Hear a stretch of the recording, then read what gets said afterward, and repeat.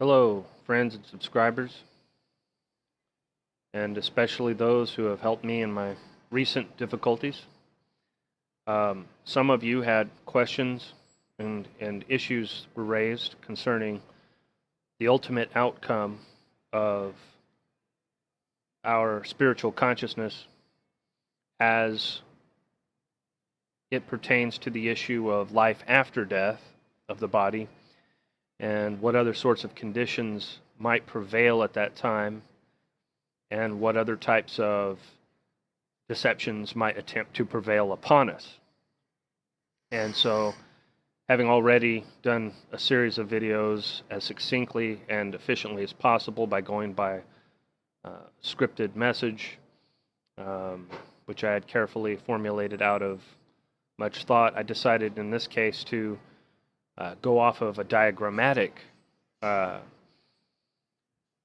rendition of the relevant ideas, which is sometimes the approach that I have often used, actually, to operate from the intuitive, visual, and geospatial, topographical intuition mode of consciousness, and then to extemporaneously present based upon the information that's encoded therein, which is encoded non-linearly as far as language is concerned, is often a more efficient way to go about the presentation of some types of content.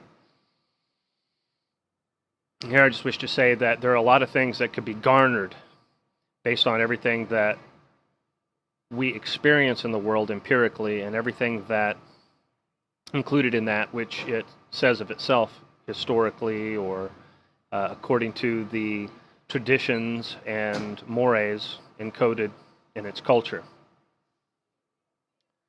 If anything is made fraudulent, it's also true that it's contrary. The authentic could have and must have existed at some point, or else such a fraud would be impossible. Yet, this doesn't in any way detract from the fact that, in fact, fraud has taken place.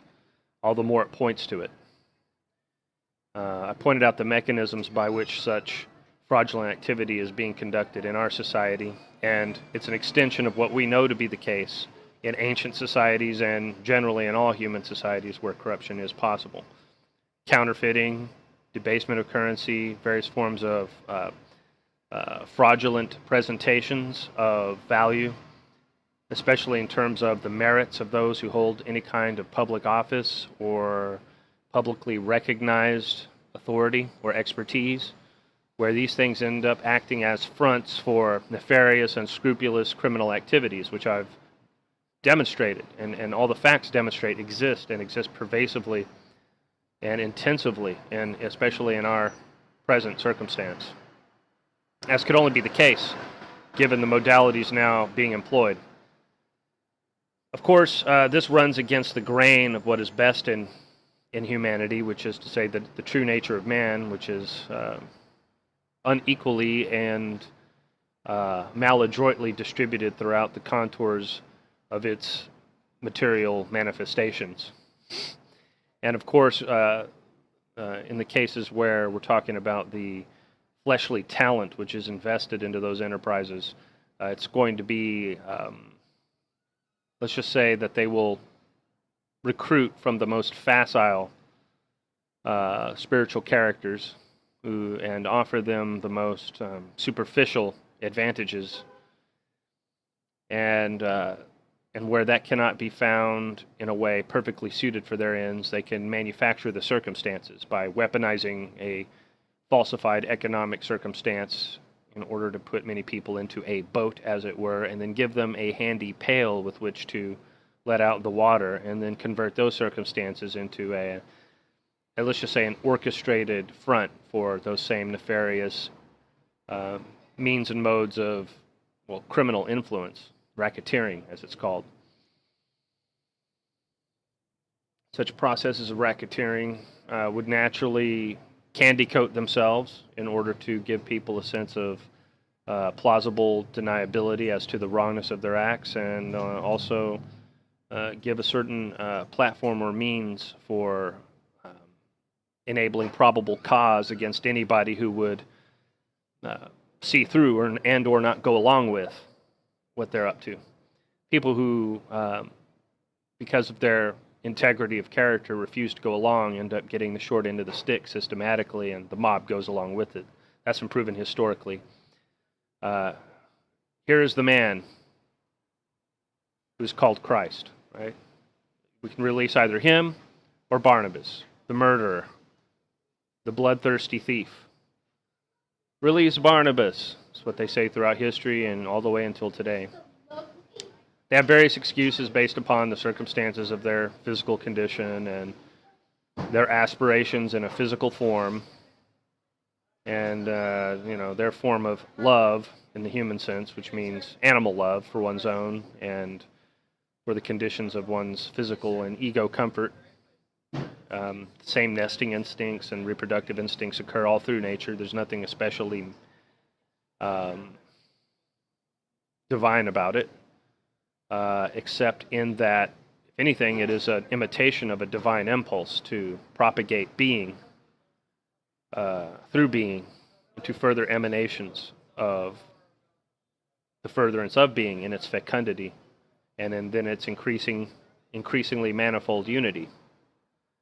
But whenever it's in the service of the corrosion of everything that makes that meaningful and worthwhile, and ultimately, in metaphysical terms, even possible, then it's a hollow motive for lowering one's head and keeping one's nose to the grindstone and obeying the status quo and not getting out of line according to perceived norms and standards of conduct, so that one avoids the watchful eye of the demiurgos. This is not the way to build character for the sake of any substantively virtuous, creditable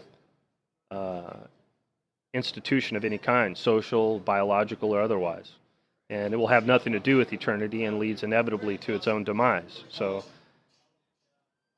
yet there is an overlapping of those cases which are involved in processes which are called sandbagging and or whistleblowing, and that has been going on for a very long time. It's been going on since ancient times. It's not a new trend. But those willing to engage in such conduct are becoming rarer. The meaningful utility of it is becoming rarer, and those who could gain fruitfully from such an action are also becoming far less numerous. And so, of course, it's a symbolic value nevertheless, and it's going to redound upon the ultimate destiny of their souls and spirits and the eternal sense of how things play out here. So regardless of whether or not there is an efficacious transmission of information or energy through that, it is still the most appropriate act for those persons to take, and they often do, and it often goes unnoticed, and in this world utterly unrewarded and severely punished. So obviously there is a certain degree of credit likely to be proportional only to a certain severe manifestation of detriment. This doesn't mean everybody in detrimental circumstances made that sacrifice or ever intended to. It just means that there's often a pairing of the negative coercive features of operant conditioning and the positive spiritual features of the love of truth, which some spirits possess as their inheritance. That's just further proof that the systematic arrangement is against the grain of that, and further that those who tend to profit from the circumstances at large in this current systematic mystery of iniquity, they are often culpable in direct proportion. Witting or unwitting is beside the point at this stage. One's wits should have been about one enough that it didn't become that issue. And for those lacking it, then they should be, duly unrewarded by an economic system which supposedly rewards the merits of the diligent. So if they had any due diligence for matters of the flesh, they should have also had it for the matters of the spirit. No excuse there. But that process does take place and has taken place and takes place with me and takes place with others. but it's not systematically the reality on any level here. They're playing the right and the left hand in order to create a pincher movement against real freedom and liberty, and those who would live their lives by their own conscience. That's being ruled out in favor of a pretentious, arrogant presentation of a system of judgment where damned physical fools are pretending the right to play God. Of course, that's been going on for quite some time, and the old powers and the old money are as guilty of it now as ever, and are behind a lot of the substance of the current covertly operative exaggerations of their methodology, enabled by the recent development of new technologies for the last 200 years. I went into all those details earlier, so I won't readdress them now, but let's just say that based on the circumstance in its fraudulence, where I've said that there is an aesthetic presentation of phenomena as a function of being in a form which holds certain conditions to be authoritative, which can and do have duplicity of character. This dualization of substance and image et al. Was dichotomous, enabling fraud. And that was its whole purpose, as nothing occurs in vain, least of all when there is a process of making what is right vain. So basically, again, it's been said that a manifestation of that is that in a system thoroughly corroded with corruption, where it is made, let's just say, disreputable to tell the truth or be honest, then they will make out of honest people and truthful people and the truth itself an outlaw. Ironically, the whole idea of being an outlaw, an ancient principle of shame and ostracism, where you will not be protected by the king's law or the law of the tribe in any form, is reserved for those who are dishonest and do not tell the truth, and then put on fronts and facades of that by swearing oaths falsely, and they perjure themselves. This is not something that's done merely at the thing. The whole society's daily public life is the thing. That's why the witnesses and the testimony of witnesses carries directly from there to the thing as evidence. It's just a more concentrated rehashing of events that had already taken place in public. That's where its reference of authority is derived. It's from that public life of people, which is supposed to be honest. Given that that's true, then therefore their testimony is invalidated in direct proportion as, in those circumstances, they were putting on false fronts, airs, and facades on any pretext whatsoever. There is no pretext for it which can justify it. It doesn't matter if the FBI catches pedophiles by promoting pedophilia online. It shouldn't be promoted, period. It's not an acceptable excuse.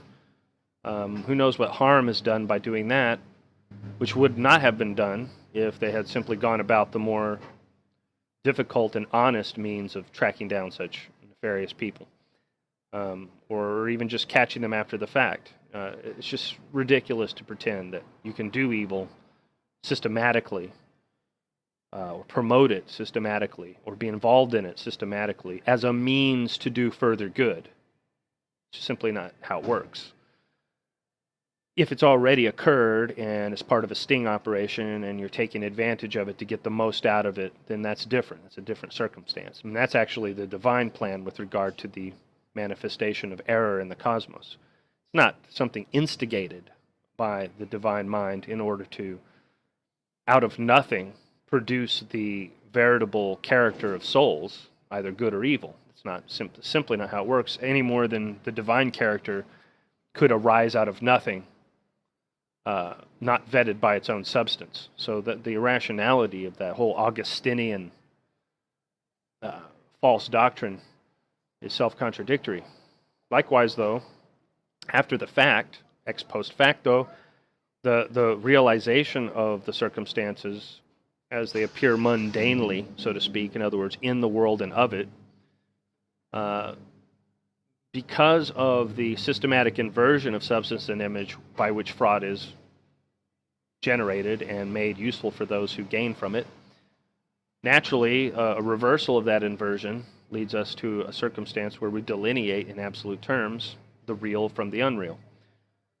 So it's not to stop us from understanding the metaphysics of a reality greater than a world where these inversions have taken place, not at all. In fact, it's required that such a realm pre-exist, a realm where falsehood has a function. So when speaking of that world, its metaphysics, we spoke of minds and minds within minds, and their communal overlapping, which is the communication of fact and value through tokens of experience, where families of entities subject to an ancestry in greater entities and productive of descendants as sub-entities, altogether being the parental entity of a future development of the whole process, operating through cause and effect, through the generation of thoughts and deeds, manifesting the intuition aback all ideas, which in our terms is aback the development of all linguistic tools, and all systematic methodologies for economizing our circumstances, here has been grounded in a realm of sense percepts, which are a function of a corruptible body and corruptible circumstances of bodies. And that's been demonstrated already, again, as a function of the corruption which has been known to exist, which is reaching its maximum now in the through the mystery of iniquity. So having presented all that, I don't deny, in fact, it requires my detailed expression of the truth of a pre-existing metaphysical condition where fact and value, image and substance were all congruently in harmony. And that's the real aesthetic, when in fact the image is congruent with the substance.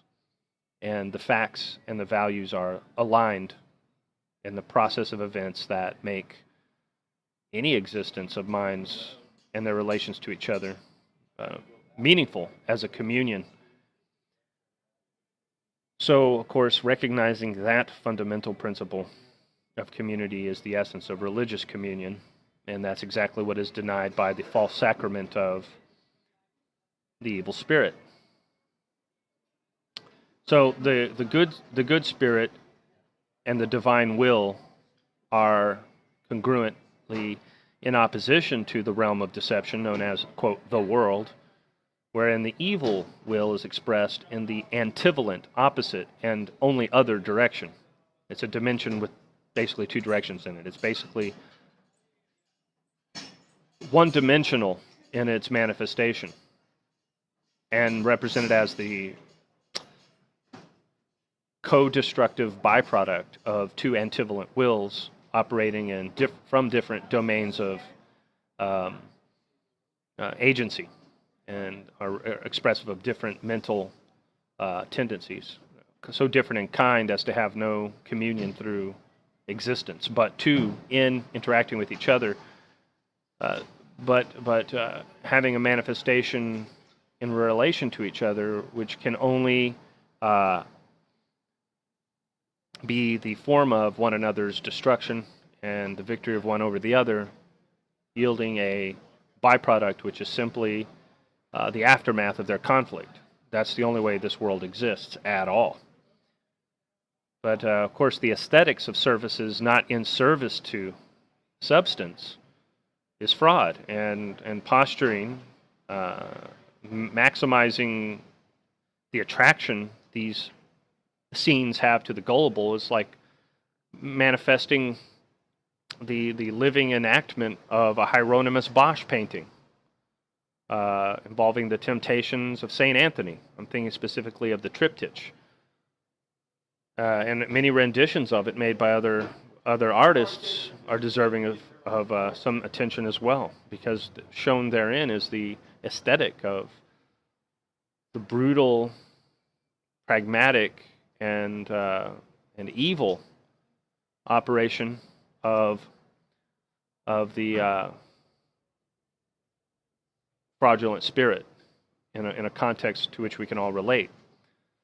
So pertaining to the origin of those circumstances, metaphysically, they were as radically different as an inversion of what is currently the case, but an inversion which functionally and proportionately and harmoniously relates image and substance.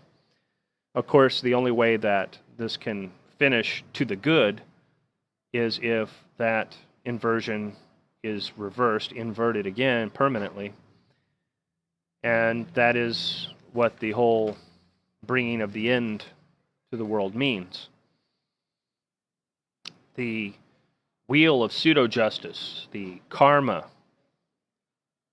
the digestive tract of the demiurgic control process of the pseudoverse, goes in temporal cycles, simply conditioned upon his will, his disciplined expression of his own will, his coercion upon those who are temporarily, though not necessarily in substance, subject to that will, or he attempts to make them subject. Of course, he cannot, without their permission and self-annihilation and abnegation being involved. That's the whole reason, in empirical terms, for the long, slow process of social engineering involving quantum computing arrays that crunch the hard data concerning the decision-making processes of people who are modeled on what it takes for them to break, what it takes for them to go along, what bribes they'll accept, what threats they'll accept, what they'll go after, what they'll believe, how it's, and depending upon how it's presented. They crunch the statistics of it. They do the actuarial processes on all that through quantum computing arrays, which are their main development right now, I would say, would be in the feedback loops through the surveillance grids and the heuristics of the programming required to make this system artificially intelligent in a true sense. So that becomes the beast system that others speak of. That's the whole process now, and the fact that it even has to exist in order for the spirit of iniquity to manifest proves that, in fact, we are in the time where evil has reached its nadir of power, but is also at its greatest maximum, or its zenith of urgency, in due proportion, of course, as the nadir of one requires the urgency of the other to take form as the zenith of its process. Note that the technological and methodological aggregation of effort in order to squeeze as much energy as is possible out of the few remaining holdouts who won't sell out their integrity, their honor, or their dignity is underway. Everything is weaponized at that point, and they've gotten to the point now where the psychotronics methodologies that they concurrently apply dovetail in with and synergize and catalyze the other already existing platforms of corruption and fraud.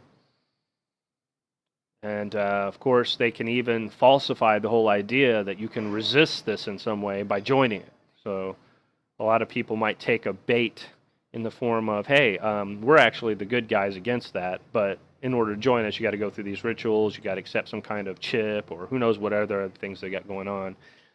And of course, these people did never pay attention to the story called The Lady and the Tiger. If they would realize, I'm not, by guessing alone, I'm going to know which door to open. But if I want to flip a coin or decide arbitrarily, I'm going to be in about the same circumstance and just as likely to find a tiger as the lady, right? So the whole issue transcends the matter of that and goes into the matter of whether or not what's being presented has the authority to ground the decision-making of that person in the first place in a meaningful way. In other words, it may be just as well for the agents responsible for presenting that option and stocking its consequences. It may be just as well for them to flip a coin. It may be just as well for them to decide arbitrarily, since, in fact, that's the only means being offered the other agent. So it's pretended to be something over which the agent has control, and it's nothing of the sort. It's a mockery. kind of like a kangaroo court would be. Well, we have the real-world versions of that in the secret tribunals and the the Homeland Security and the secret Stasi state cops program and all that crap going on, while breathing right down its neck is a psychotronics control grid, weaponized counterfeit money pouring through the Pentagon, technology subverted from public use and from the economic benefits which would have resulted from it, so that people can be so that their poverty and economic conditions of conditions of economic drought can be also weaponized against them, and this be used as part of a recruiting tool to enlist them into activities they wouldn't have otherwise, in which they wouldn't have otherwise been involved. So, given their lack of character, they simply get swept right up into it, and they're just happy to take whatever kickbacks they get from it, and feeling pretty snooty about themselves. Oh, I'm a success now because I've taken the payoff, so I'm going to go ahead and now do whatever my handler says and present myself as better than those that I'm trying to corrode, as the Stasi the Stasi would say their process of counterintelligence was intended to in effect do to people and their lives whom they attacked covertly with their no-touch torture tactics, which are usually reserved for detecting and neutralizing foreign spies. Of course, anyone who won't be part of a system is considered foreign to it, and in terms of the fact that there is a covert difference, so that actually all the spying is done by the Stasi state, the covert Stasi state, truly the onus of the question of counterintelligence is on them. The actual counterintelligence agency, the actual warrior against foreign espionage, is the targeted individual whom this covert civil warfare program has falsely labeled terrorist threat or person of suspicion or interest or any other type of mumbo jumbo they cook up in order to make themselves sound good and the other person sound bad.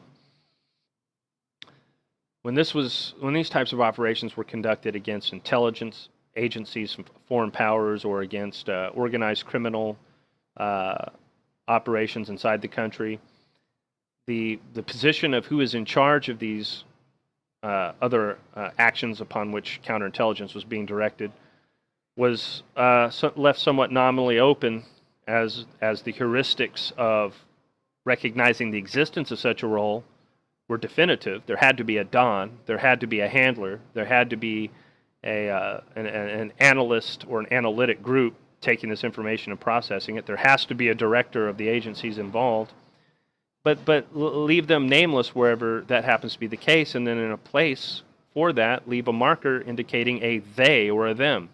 When people activate the meme, who's they, they're just parroting a sarcasm which doesn't apply.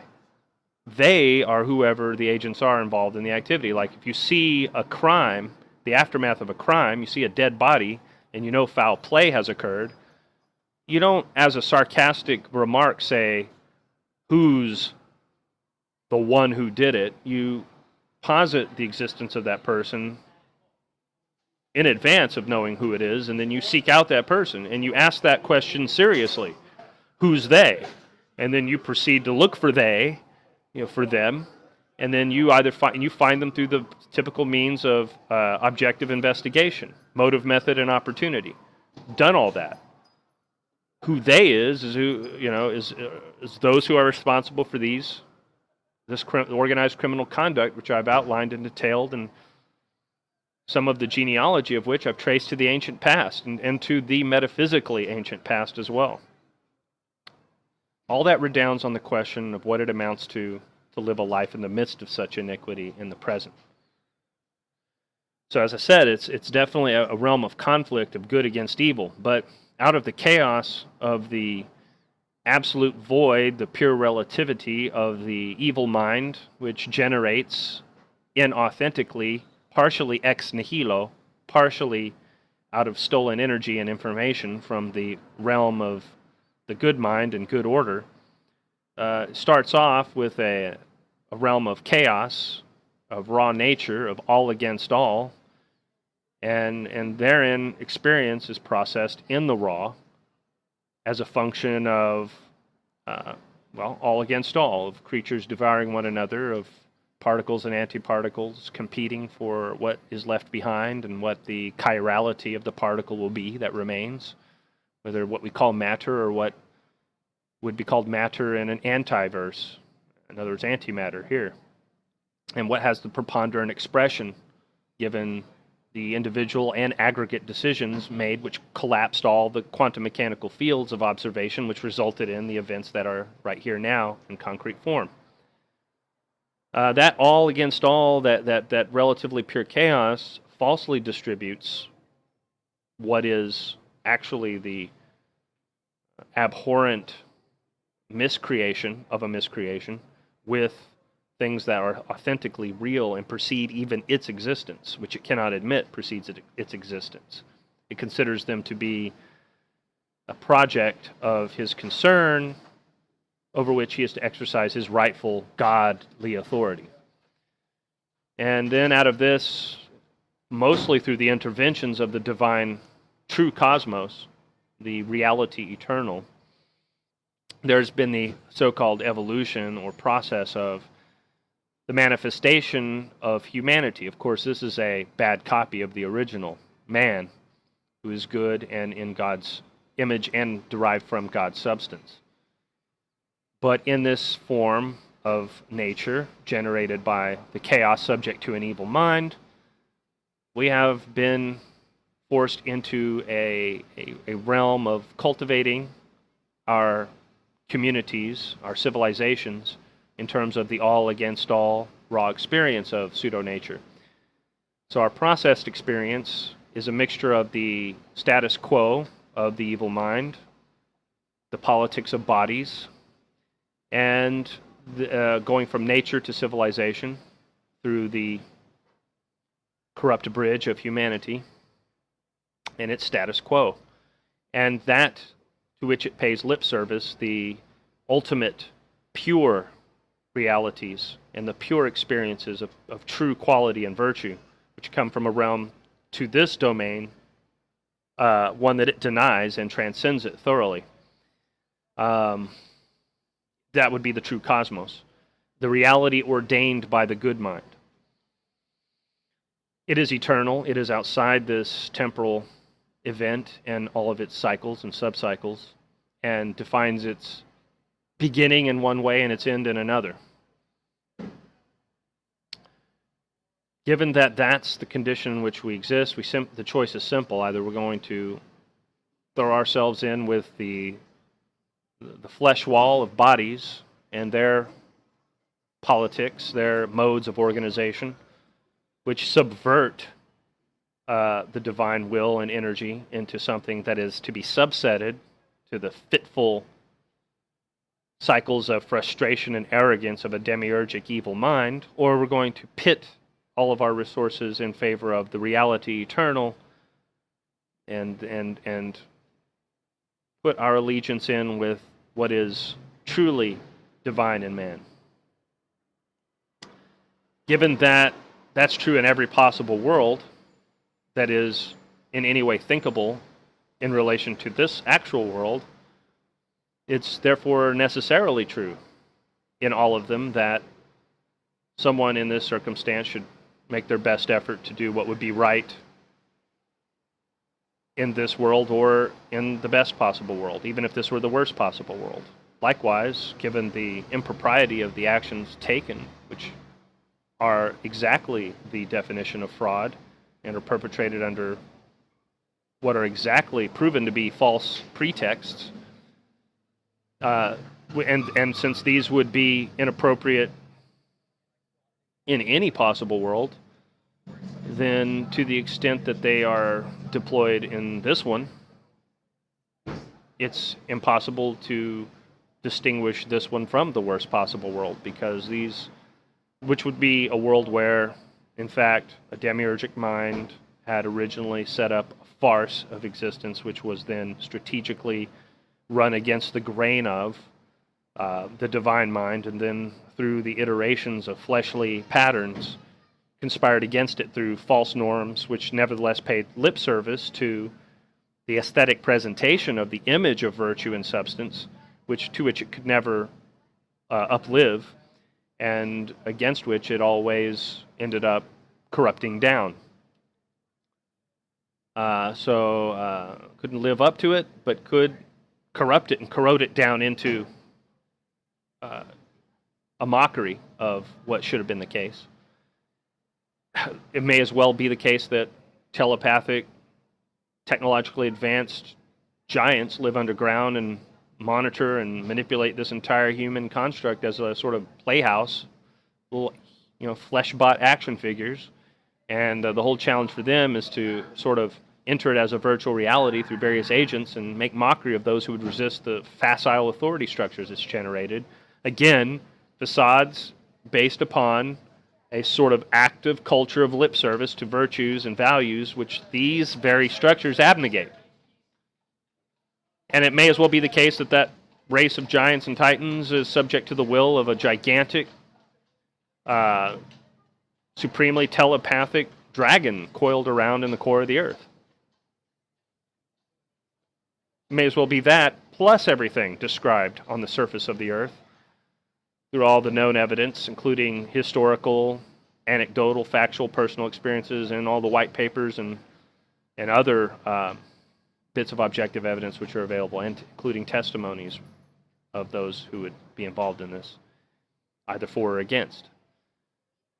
So it may as well be that, because based on what we see on the surface, its purpose, its methodology, its expression is indistinguishable from a realm in which this had not before been necessary, but had always been possible for such subterranean forces, who then, because of desperation toward the end times, and initiated the mystery of iniquity by promulgating an exponentially increased degree of corruption upon people, so that fraud is maximized, and the benefits of it are focused and intensified upon fewer and fewer in number, so that in preparation for a massive extermination of these difficult to manage numbers and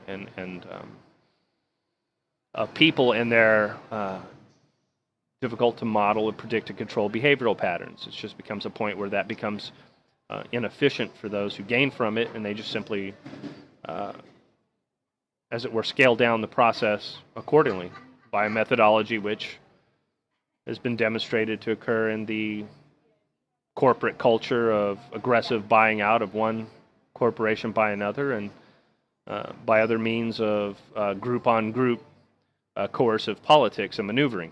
Nothing new. So this does blend in historically with our own known and given past, and at the same time it's indistinguishable from that which would have been the product of those mythic and quasi-supernatural forces of evil and coercive manipulation, which could just as well be posited. Given a circumstance like that, where it's the world in which one is indistinguishable from the worst possible world, it may as well be the worst possible world. And then given that the character and properties of the goodwill, as typified by the archetypal man, and which are expressed only in vestigial fragments of the present state of humanity and its cultural artifacts, which it is poorly preserved and stewarded clumsily and foolishly and recklessly, disrespectfully, it's only still rightly the case that person truly in touch with that inheritance and truly part of it must endeavor to do their best to go against the grain of that evil system and to preserve within the reach of their own power by their own sovereignty in that higher authority of divine right, those very qualities, characters and properties and precepts that they rightly hold dear. Doing that, of course, is a process of sandbagging in itself, whether it's intentionally or unintentionally part of any other systematic, organized, group-based human activity. But wherein that is properly the case, as we mean by sandbagging, a process of defeating, sabotaging a corrupt agenda, is first and foremost against the grain of the vicissitudes of the flesh and the popular culture, where they go against the grain of the true spiritual discipline, the true yoga. Not everybody moving their body around, breathing and making poses is doing real yoga. It depends on to which values they subscribe and how they act out their principles in daily life and what agendas of which they're actively or inactively, consciously, unconsciously, wittingly or unwittingly a part. That's demonstrated to be about false in proportion to the likelihood that one can afford to go to one of these places with a yoga mat and casually go there and back to whatever one's doings were outside that context, let alone be a frequent and actively engaged student or participant in such practices. That means that given a system of fraudulence in which we currently exist, that means a lot of weaponized Pentagon, weaponized counterfeit money probably somehow got one way or another funneled to those agents. And of course that would be preferred in order to own the full spectrum required for full spectrum dominance, the full spectrum of cultural and social activities and their attendant phenomena, tokens, emblems, and so forth.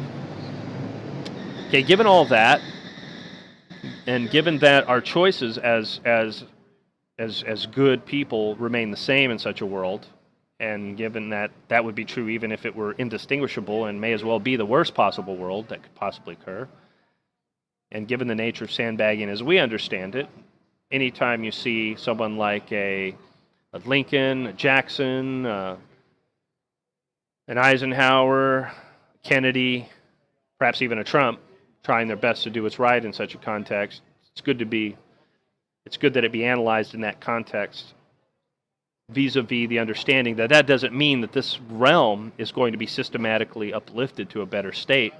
It just means that in spite of the fact that it can't be really, it's supposed to be ended.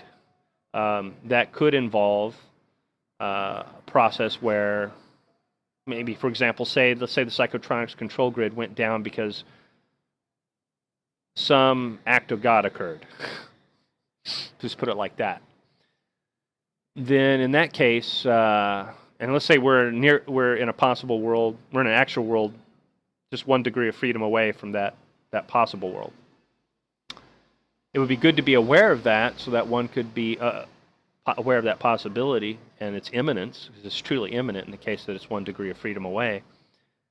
That, or let's just say 1 unit of freedom away in terms of game theory, not knowing what the full measure of that would be yet in any quantified form.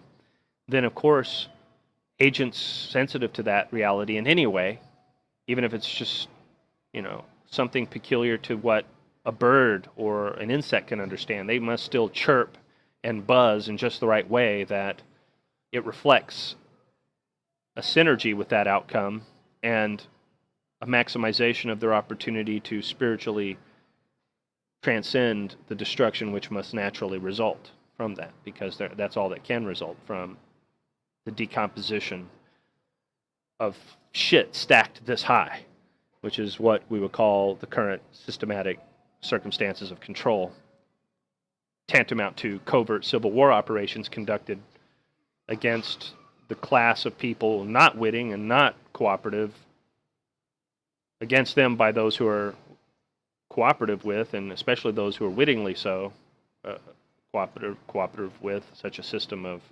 manipulation and control that I have described in all its parts and have determined must exist together as a whole in their conspiracy against truth. Given that, of course, elements of this system would try to pass itself off as the genuine article and the rightful inheritors of the prospects of the best in man, and therefore those who have gotten together to be the fit custodians of the destinies of anyone walking around on 2 legs or any other type of human condition. Those pretentious, joking fools need to be corrected right away. You're not what you think you are. You are a mockery of what the Knights Templar might have been at some point of their career. Just as well might not have been.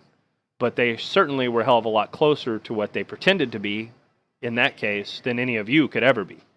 You're operating on a fraudulent pretext based on a lot of deception and rigged and completely falsified circumstances leading to the destruction and suffering of many, and that should not have happened. You're not part of the divine process of checking, filtering, and vetting human potential for divine prospects. That's not the case. Drop that pretext and that pretense right now. You're the right hand of a systematic fraud, and you're not any more against the left hand than my right hand and left hand are against each other right now. No more and no less when it comes to the prospect of what you're actually engaged in doing, which is crushing and squeezing the energy out of those who resist the entirety of this fraud. And you're what you're getting into as a consequence is a complete committal to cooperate with those evil forces while feigning opposition to them, which is impossible. You can't cooperate with them and then truly be against them. It's just not how it works. Certainly not if you're doing so systematically or are engaged in similar techniques so as to supposedly filter out or vet or manipulate or coerce in any way free agents working in the world who simply are not under your authority in any way, shape, or form.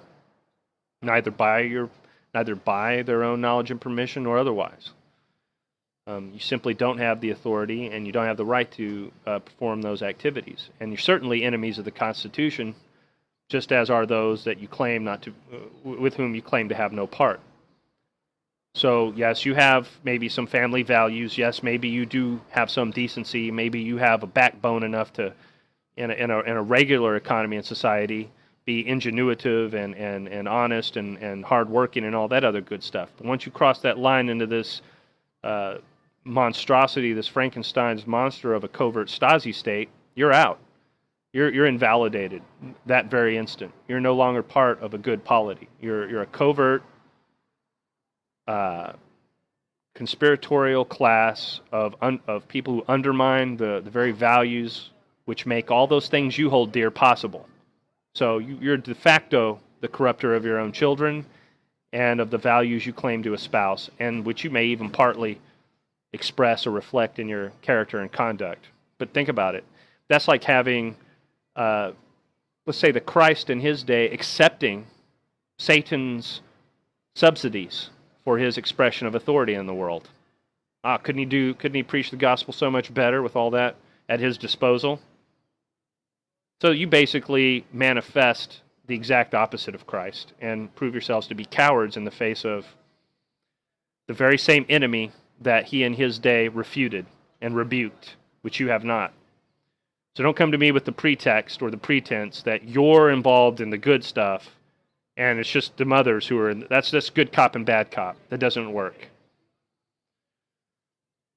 It's my job to see through all that, and I'm definitely doing my job.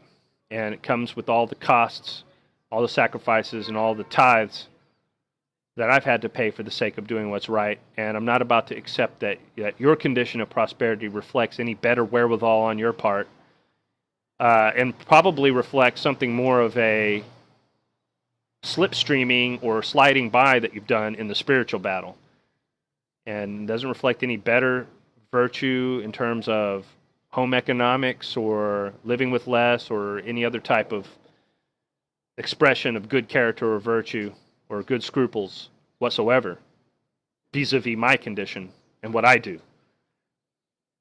But to the extent that any and all that has been, let's just say theoretically, hypothetically, sandbagged, used as a sandbag against a corrupt system which is hell-bent on the defamation of my character, who's been involved in blacklisting and whitelisting me from various codes of human action in society, like work or recreation or culture or any other venue, academia, whatever the context, participation through information sharing platforms like YouTube, whatever the kind of black or white listing or color listing that's been adopted against me, and to the extent that any actual sandbagging of that has taken place, and to the extent that any type of genuine whistleblowing against its effects have been conducted to assist myself and persons like me in spirit who actually do go against the grain of the entirety of that fraud. To that extent, of course, that's genuine. That's genuine resistance, and you're going to pay a price for that. They are going to notice, and they are going to resent you for that, who go out of their way to try to drag me into the hells of deception and fraud, which are service strictly to their evil spirit. Cannot be adopted by me as a technique or methodology of compromise that has an end in view far better than the means used to reach it. That's not the pragmatic that I do or can employ, or that can be employed here. But considering that, okay, this has all been an eschatological process leading to an imminent inevitability in which everyone's where they are in this game of ontological musical chairs. You have what you have from birth, from the original substance which generated you, and in whatever proportion from its origin, whether the father of the truth or the father of lies. And there you are, and you see someone like me doing their work, and you decide, I'm going to throw in my weight with him against that and for what he stands for. Well, then that counts, frankly. Don't see how it couldn't. If it's ever done on false pretexts or pretenses that are untrue, that will never work, no matter how much or how much help is given in any form. That is nullified instantly, metaphysically. It has no traction whatsoever. It cannot. But to the extent that it's genuine, no matter how little it is, it's efficacious. That's exactly how the calculus of this works. And so, obviously, I bless the good-hearted, sincere characters who are involved in this fight in any way, whether they know of me or not, whether anyone knows of them or not, because they're definitely fighting, as Plato said, a hard battle. And they're the ones that deserve all of my or anyone's kindness. And they're the ones who usually get the short shrift and the short end of that stick during the mysteries of iniquity upon us in the present age. That, of course, is all to be resolved into an eternal form, which will be the death of the world, the physical death of the world. It first was born into existence physically, but it did not accept the second birth into the rectification of Christ's merciful revelation. But by the same token, for those within whom that seed bore fruit, took root and bore fruit, that group is definitely spared the eternal destiny of this fraudulent and soon-to-be destroyed system of things. The real thing is what they inherit and into which they are inducted. And that's the only real transcendence that there is. That's the only real ascendance that there is. Everything else is a lie. So given that context of analysis, and given the inexorable and incontrovertible deductions that it supplies and which have fed into it, we can see clearly that the fraud will continue in other dimensions on other levels as far as possible, and has been for some time. For the souls who are just recycled, most of them go out of existence, but copies of them are easy to manufacture and improve in their virility for deceiving and committing fraud and violence of every kind. Those that have no true stake in the world, because in their essence, from eternity to eternity, simply cannot gain from the fraud, but can only lose. So they always sandbag it. They always drag their feet. They always resist. They always blow the whistle. And they always suffer for it. They're recycled through the system. They're the ones who do all the reincarnating. And they're the ones who will manifest in another realm with another matter through another mother, not here, in this false mother of matter. That's bygone. So given that the falsified structures of authority, which have a spiritual source and can have no other source, in the father of the lie, are operative and will be as operative as possible to the very end, if one faces a death before the death of the world, one is going to come have to come to face this evil liar in another domain or dimension. He's going to falsify a presentation of beneficence in order to draw one into a subscription to his false authority. Of course, that's the false welcoming of the false light being after death. Of course, how to tell him apart from the reality is he's going to simply be recognized intuitively and by one's discerning intelligence perceptibly as being a false version of what he presents himself to be. How is that done? By through life, through the context of the life which then is folded into that experience. One has prepared oneself by affirming the character which runs against the grain of all that he represents, his spirit. He should only respond to you with indignation at your conduct because of what you've done in life, how you've opposed his false authority and his false will. He shouldn't even be able to put off an aura of aesthetic appellation to your judgment, to your assessment of him, any better than the world has done throughout the careers of your long lives, through many of your incarnations, all until that last one when you finally push past his false authority into the real thing. Given that he should have no capability for doing that, and given that that is the end of his say in your domain of authority that you hold, and he is now the outlaw and the outsider in the world to which you subscribe, which is beyond his and over which he has no control and never had any authority in the first place.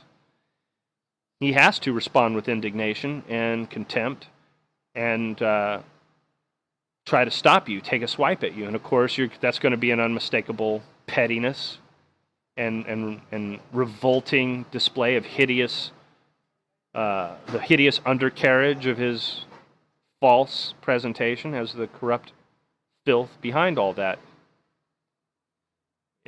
imaginary substance, which he doesn't possess. Of course, naturally, that's going to be what he is, and therefore you will detect him as that in due proportion as you have purified yourself of those illusions which in physical life, which is a false life, have prepared you for that deception, if you would just be disciplined by him instead of disciplined by your own truthful, conscientious spirit. Therefore, the antidote to that is to, in life, disengage with that false authority and oppose it rightly and providentially throughout the career of that physical life until the end, in whatever form that takes, which should perhaps be a form that best bridges the gap between that conduct in life and this final test against it, which will be defeated by the truly right and the truly good. They will not subscribe to his illusion of authority there. They did not hear, which is really, this is nothing more than the manifold instantiation of that same spirit, that same deception, that same fraud. So the only thing to fear there is the only thing to fear here, that one is not truly engaged in proper spiritual warfare against that liar. And so the antidote to that there is the antidote to that here, which is to recognize all the forms of fraud which are in the mundane world operant as expressions of that same esoteric and hidden spiritual malevolence, and to treat it with the same contempt and transpose that contempt onto its author now and in the world to come, and to never remit from that. So that is the solution to the issue, and that will give the discerning Noahs the equipment required to defeat that prospect. At that time, just as in every fractally presented sub-manifestation of it in physical life, that is also the case, with the same outcomes, taking the same forms in fractal proportion to that ultimacy of the same process. This is true in all possible worlds, and the contrary is proven untrue in all possible worlds. And there's no form the world could take where that could be abrogated, and there's no form that it can take in that spiritually more direct and hence more metaphysically poignant realm after the death of a physical body. There's no way it could apply less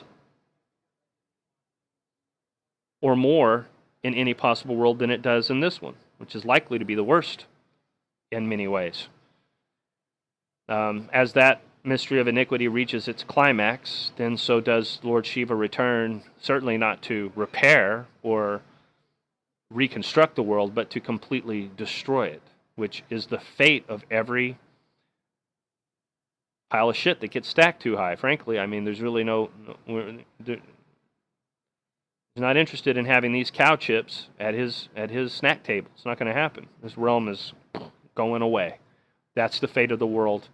It's not getting transferred to another planet. It's not going to the stars. It's not going to heaven. It's not transcending to the fifth dimension. It's not going nowhere. It's going into oblivion. It's going back into the creature, the false construct which emanated it, and which will devour it again. But this time, bereft of any spiritual nutrition that it can steal from genuine, authentic, morally cognizant, divinely sovereign beings. Not the ones that falsely present themselves to be such with all their royal pretenses. So that is the upshot and the takeaway from all that was discussed in the ontological vicissitudes of life and death, which are applicable beyond life and beyond death as superficially understood in the context of these physical bodies and their politics. And that is the metaphysical application and extension of all the empirical and logically verifiable data and their proper analysis already conducted so far. And that will be the conclusion of this series of videos. And barring any further questions or issues pertaining to its content, that will be its conclusion. And then another series of videos concerning other matters will be now in development from this point on. Thank you for all those who have helped and supported me through this trying time and assisted me in this process. Your help has been definitely critical and instrumental to making these videos possible. And you've inspired me and given me fuel to fight the foe. And I hope I have used that in a way that meets with your expectations, and I hope that you are edified by the fruit, not only of my efforts, but also of your own. And again, thank you. And I bid everyone a prosperous destiny in due proportion as your will and conduct have been good. And I think that's the fair and just blessing to bid everyone. And it does no one a disservice or an injustice. It robs no one and ensures that no one be robbed of what they deserve. So, sum cuique.